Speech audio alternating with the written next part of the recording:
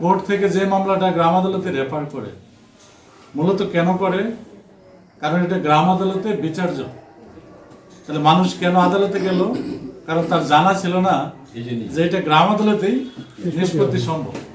কিন্তু ঠিক 21 বছর 19 বছর পার হলেও আইনটা কিন্তু মানুষের যে একেবারে দোরগোড়ায় পৌঁছেছে বা মানুষ যেটা সম্পর্কে খুব বেশি ভালোভাবে জানে তা কিন্তু হয় না। মানুষের জানার অনেক ঘাটতি আছে, প্রচারণার কিছু অভাব আছে। ধরেন কোর্ট থেকে যে মামলাটা গ্রাম আদালতে রেফার করে, মূলত কেন করে? কারণ এটা গ্রাম আদালতে বিচার্য। তাহলে মানুষ কেন আদালতে গেল? কারণ তার জানা ছিল না যে এটা গ্রাম আদালতেই নিষ্পত্তি সম্ভব।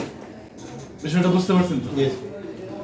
তো দেখা গেল যে ওখানে সে কয়েক মাস সময় ব্যয় করেছে, একজন উকিল তার ধরতে হয়েছে, সেখানে বেশ কিছু টাকা ব্যয় করার পরে জুডিশিয়াল ম্যাজিস্ট্রেট মহোদয় আদেশ দিলেন যে এটা সংশ্লিষ্ট ইউনিয়ন পরিষদে গ্রাম আদালতে বিচার্য, নথিটি তার বরাবর প্রেরণ করা হোক। ইতিমধ্যে কিন্তু 1 বছর পার হয়েছে। 1 বছরে কিন্তু তার সময় বলেন, অর্থ বলেন, শ্রম কিন্তু গিয়েছে। বিচার কিন্তু শেষ হয় নাই। চেয়ারম্যান মহোদয়দের কাছে যখন আসলো, বিচার আবার শুরু হলো। অর্থাৎ প্রথমেই যদি উনি এখানে আসতেন, এতদিনে কিন্তু এটা নিষ্পত্তি হয়ে তার বিরোধী পক্ষের সাথে কিন্তু একটা মীমাংসা হোক বা জরিমানা হোক বা শাস্তি যাই হোক, এটা কিন্তু সে অর্থাৎ তিনি বিচার পেয়ে যেতেন।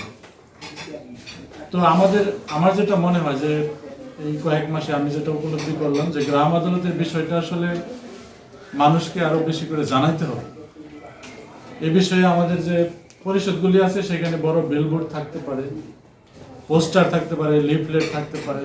যারা সেবা নিতে আসলো তাদেরকে তারা এটা পড়তে পারলো, বা তাদেরকে ছোট্ট বিল আকারে যদি দেওয়া যায় হ্যান্ডবিলের মতো, আপনাদের প্রজেক্ট থেকেও যদি এরকম কমন একটা হ্যান্ডবিল ছাপানো হয়, তাহলে যারা সেবা নিতে আসে তাদেরকে আমরা সময় সময় এটা প্রচার করলাম। বা যে বাজারগুলি আমাদের আছে বা গ্রোথ সেন্টার, সেখানে মানুষকে একটু উদ্বুদ্ধ করা আর কি।